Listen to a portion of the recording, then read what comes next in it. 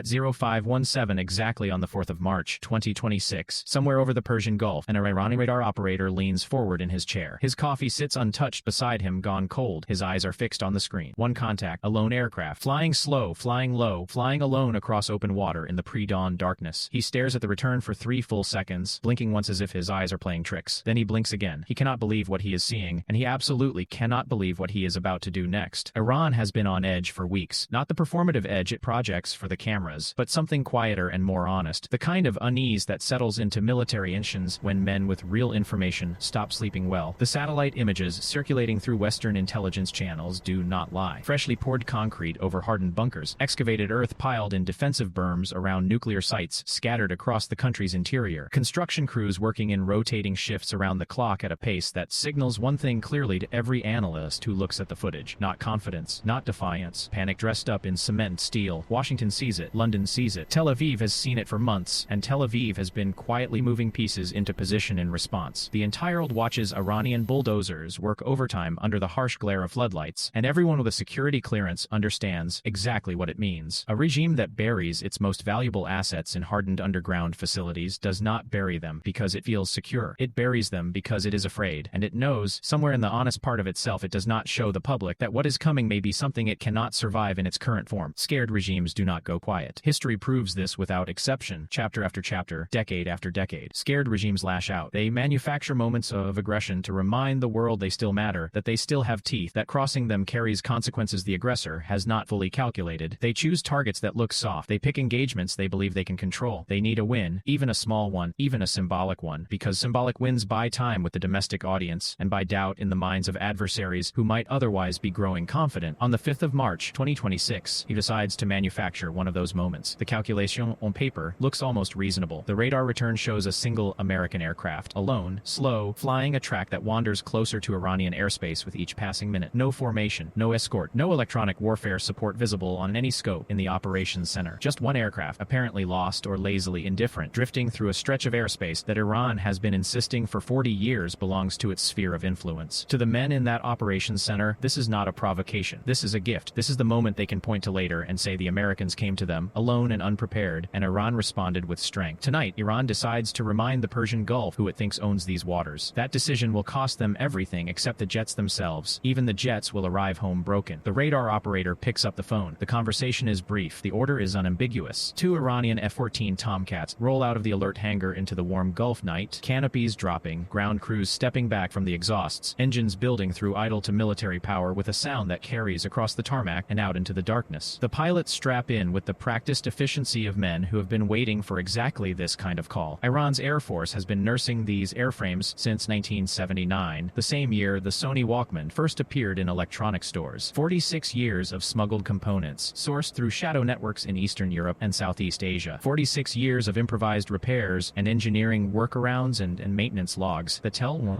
officially, while the actual mechanical condition tells a quieter, more uncomfortable one. 46 years of sheer institutional determination keeping legendary American-designed assassination that was never supposed to have the parts to keep them flying. The F-14 Tomcat in its operational prime was one of the most feared interceptors ever built. Its EA-18G radar could track 24 targets simultaneously and engage 6 of them at once from ranges that made adversary pilots feel naked. Its variable sweep wing geometry made it lethal at both low-speed dogfighting and supersonic long-range pursuit. In American hands during the Cold War, the Tomcat was the gold standard of naval aviation, the jet that made Soviet long-range bombers a solvable problem instead of an existential one. Iran acquired them through the Shah's military buildup in the 1970s, and when the revolution came and the Americans left, Iran kept every single jet it could. Iran's version of the Tomcat in 2026 is a different story than the original. Decades of isolation have taken a measurable, compounding toll on every system in the aircraft. Spare parts sourced through middlemen and shell companies carry provenance that no quality control engineer would approve. Avionics running on hardware that was cutting edge in 1979 have received no meaningful upgrades since, while every potential adversary has moved through 3 or 4 generations of electronics in the same period. The AIM-54 Phoenix missiles these jets carry, if they carry them at all on tonight's scramble, have not seen factory maintenance since before most of the pilots flying these jets were born. Whether those missiles would actually fire and track and guide to intercept is a question that Iranian weapons engineers answer evasively in private briefings, deflecting with language about operational readiness that everyone in the room understands does not mean yes. The pilots climbing going into the F-14s tonight do not think about any of that. They are professionals operating within the boundaries, and what they know is that they have been given a target, that the target appears vulnerable, and that the geometry favors them. They think about the intercept. They think about the lock tone. They think about the engagement unfolding the way the training films describe it. The F-14s climb hard into the darkness over the Persian Gulf after burners light the night briefly before throttling back to military power for the approach. They are closing fast on a contact that still has not maneuvered, still has not accelerated, still has not done anything that would suggest awareness of what is climbing to meet it. Inside the American cockpit, nothing changes. No evasion, no acceleration, no defensive maneuvering of any kind. The aircraft continues its lazy, patient, unhurried drift across the Gulf, because that drift is not an accident, it is a script. Every heading change in the past 30 minutes, every altitude adjustment, every second of apparent vulnerability and apparent obliviousness has been choreographed in advance. People sitting in planning rooms aboard the USS Abraham Lincoln, working through geometry and sensor ranges and intercept timings with the careful attention of engineers designing a machine that must perform as intended on the first run. The EA-18G Growler does not look like a trap from the outside. That is the entire point of it. From any external perspective, from our return to visual profile, it is indistinguishable from a standard FA-AF Super Hornet. Same airframe, same external dimensions, same radar cross-section the Iranians have been trained to recognize. The only differences are internal, buried inside a fuselage packed with electronic warfare systems that represent the most advanced airborne jamming capability the United States has ever put into operational service. Iran's radar operators cannot tell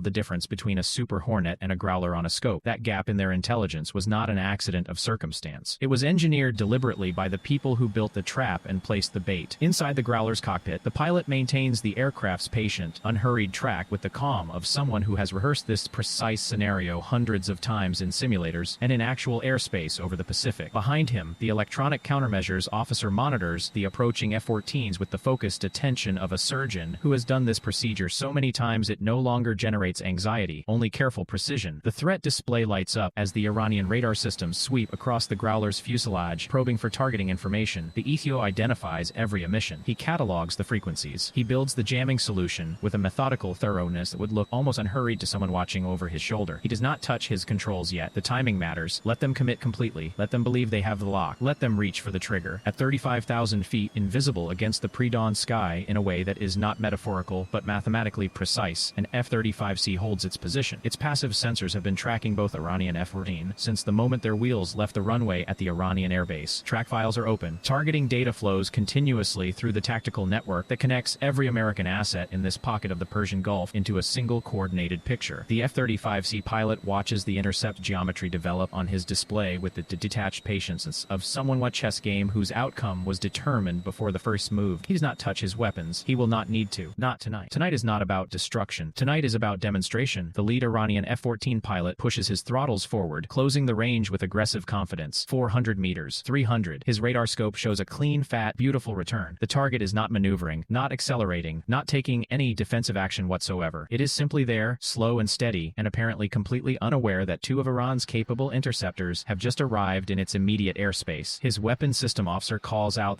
confirmation from the rear cockpit. Solid tone. Clean geometry. The targeting solution is as good as it gets. His thumb moves to the trigger. He exhales once. Controlled. Professional. He is about to demonstrate to the Persian Gulf and the Gulf to the world exactly what happens when American arrogance wanders unprotected into Iranian waters on a quiet March morning. He squeezes the trigger. Not a misfire. Not a system warning. Not a caution light illuminating in the amber glow of his instrument panel. Complete, total, catastrophic silence in the place where a weapons release tone should exist. He blinks. He looks at his radar scope. The beautiful, fat, clean return that was sitting there 1 second ago does not exist anymore. He switches radar modes. Nothing. He tries the backup ranging system. No response. He cross-checks his avionics display and finds error messages cascading every panel simultaneously. Error, error, error. His weapons system officer is calling out readings from the rear cockpit that make no coherent sense. Navigation is down. Communications degrading toward nothing. The radar warning receiver is flooding with electronic noise so dense it cannot categorize or process the threat environment. The cockpit that 30 seconds ago felt like the most powerful place in the Persian Gulf now feels like a room where every light has gone out at once. He gets on the radio, voice expressionally tight, describing what his instruments are showing. Ground control tells him to troubleshoot the systems. He tells ground control there is nothing left to troubleshoot. Everything is simply gone. All of it. Simultaneously. Not one system failing and cascading into others. Every system dependent on radio frequency processing extinguished at the same moment as if a switch were thrown somewhere outside the aircraft. Ground control goes quiet because ground control does not have a procedure for this. Nobody in the Iranian air defense defense network has a procedure for this, because until this moment they did not fully believe this was possible in quite this way, at quite this speed, at quite this range. Here is what happened, described simply. The EA-18G Growler exists for one purpose. It finds the frequencies an enemy aircraft systems depend upon, and it destroys those frequencies with focused electromagnetic energy delivered with the precision of a scalpel rather than the indiscriminate spread of a hammer. Its jamming suite does not work by broadcasting interference in all directions and hoping something useful gets disrupted. It identifies the specific radar emission frequencies, communication bands, and weapons guidance signals being used by a specific target, and it overwhelms those frequencies with directed energy powerful enough to render every system that depends on them completely non-functional. The moment the lead F-14's fire control radar established a targeting lock on the Growler, the ECO in the rear seat had everything he needed: frequency, pulse pattern, emission signature, the complete electronic fingerprint of a system that had just announced itself with total confidence and zero awareness of what it had announced itself to. The ECO activated the solution he had prepared and ready with deliberate patience for exactly this moment. Invisible energy crossed 300 meters of open Gulf air in a fraction of a second. The F-14 did not experience a malfunction in any conventional sense of that word. It experienced a targeted electronic execution. Every system in the aircraft that depended on radio frequency processing went dark simultaneously. Radar, navigation, weapons guidance, data links, communications, all of it stripped away in under 2 seconds by a system the Iranian pilot never saw on any of his instruments, cannot describe coherently to his ground control, and will struggle to explain accurately in the debrief that will happen in a closed room later this morning. The wingman's jet dies 8 seconds after the lead. Same result, same silence, same cascade of error messages replacing a functional combat aircraft with an expensive, barely guided metal tube over open water. 2 F-14 Tomcats, Iran's most capable interceptors, reduced to aircraft that can do nothing except fly in a straight line and try to reach the coast. 0 missiles fired by either side. The entire engagement decided before either Iranian pilot had the chance to understand what was happening to them or take any action that would have mattered if they had. The Growler crew notes the time with the procedural calm of people completing a task they were sent out to complete. They note the result. They confirm both Iranian aircraft have lost combat capability. Then they turn for home. The EA-18G Growler away from the Gulf at cruise speed, heading back to the Lincoln. It finished, its weapons untouched. The Iranian pilots do what any rational aviator does when the aircraft beneath them becomes a flying liability rather than a fighting asset. They turn back toward the coast. No weapons, no radar. Communications reduced to fragments of signal that carry barely enough information to confirm they are still airborne and heading the right direction. Just 2 men flying severely crippled jets home on raw piloting skill, muscle memory, and whatever backup instruments still function in the analog tier of avionics that the jamming could not reach. They believe, in those first minutes of the return flight, that the worst part is behind them, that they will land, debrief, and the morning will move on. At 35,000 feet, the 35C pilot concludes that they are wrong about that. The American pilot has been watching this engagement develop from the beginning, logging every second of it through passive sensors that the F-14 crews never detected. He has the fuel, the time, and very specific orders about what comes next. He configures his aircraft for the approach. His radar cross-section, already a fraction of the aircraft it replaced, drops further as he descends and aligns himself with the lead F-14's flight path. He does not announce himself. He does not make radio contact. He does not appear any Iranian scope because Iranian radar systems, if they are even functional at this moment, cannot resolve the F-35C's signature into a reliable contact at any range that would give the F-14 crew meaningful warning. The F-35C does not approach from a distance. It simply appears, already there, already in position on the lead F-14's right wing, speed matched with the unhurried precision of a formation pilot who has been flying here for the past 20 minutes and simply forgot to make introductions. 3 meters off the wingtip, close enough that the Iranian pilot, turning his head to the right, finds himself looking directly at an aircraft that should not exist at this range, in this position, without having appeared on a single instrument as a warning. He has never seen an F-35C this close. Almost no one has, because the F-35C does not permit itself to be seen unless it makes the deliberate choice to be visible. Tonight, the American pilot makes that choice with full intention. This message requires a messenger the Iranian pilot can see with his own eyes and cannot explain away as a scope artifact or sensor anomaly. The American pilot looks across the narrow gap between the 2 aircraft at 500 knots over open water in the pre-dawn Gulf darkness. He raises 2 fingers, points them at his own eyes, then points them directly at the Iranian pilot across the gap. I see you. I have always seen you. I saw you when you were still on the runway. I saw you climb. I watched every second of what just happened to your aircraft, and I am here, 3 meters off your wingtip, as a courtesy demonstration of the difference between what you thought tonight was and what tonight actually is. The Iranian pilot turns back toward the coast. He focuses on his instruments. He focuses on keeping his crippled jet stable and pointed toward Iranian airspace. He tells himself the engagement is over. He is almost home. He needs to fly the aircraft and not think about the thing sitting off his right wing that out of nowhere like a ghost that chose to become solid. The F-35C pilot gives him 30 seconds of that belief, then he moves, not away, not upward. The American pilot pulls alongside the F-14, close enough that the stenciling on the fuselage is legible in the growing dawn light. He pushes forward. A slow, controlled, deliberate close pass beneath the Iranian jet, up the other side, back into position on the left wing now, unhurried, effortless, requiring no visible effort. What's an aircraft that, in its current configuration, could climb to space and come back before the F-14 reached the coast. He repeats it a second time to confirm the message was received and understood. Not aggressive, not threatening in any conventional sense. Something more corrosive and more lasting than either of those things. Contemptuous, patient contempt, delivered at 600 miles per hour over open water. From an aircraft the Iranian pilot cannot target, cannot outrun, cannot communicate about to anyone on the ground. The Iranian pilot watches an American aircraft maneuver around him at will, at close range, in the dark, while he can do nothing at all except maintain straight and level flight and keep his broken jet pointed toward home. Then his radio crackles. He assumes it is ground control, finally reaching him through the degraded communications with updated instructions or a recovery frequency. It is not ground control. It is the USS Abraham Lincoln, broadcasting on an open guard frequency that the Growler has left deliberately unjammed for exactly this moment. Not a warning, not a formal communication in any military sense. Music. The opening synthesizer notes of Kenny Loggins' Danger Zone fill his helmet at full volume, broadcast directly into the emergency frequency inside his cockpit. He cannot respond meaningfully. He cannot silence it. He cannot explain it to anyone on the ground who might be listening to fragments of his communications. He flies the last 40 miles to the Iranian coastline with the Top Gun soundtrack in his ears and an F-35C on his wing that he cannot shake, cannot target, and cannot pretend is not there. The F-35C holds its position on his wing the entire way to the coast. Then, at the precise moment the F-14 crosses into Iranian airspace, the American pilot banks away. No ceremony, no final gesture. The aircraft simply disappears back into the Gulf as completely and suddenly as it appeared, gone as if it was never there at all, leaving only the fading sound of a radio broadcast that Iranian ground controllers will spend the next several hours trying to explain in writing. The Iranian pilot lands. He sits in the cockpit for a long moment after the engines spool down. The debrief will happen in a closed room. It will be attended by people who will not like what they hear. The numbers tell the story with the clean precision that numbers always bring to events that feel much larger in the living than they look in the summary. Iran scrambled 2 F-14 Tomcats, representing a combined operational value of roughly $40 million.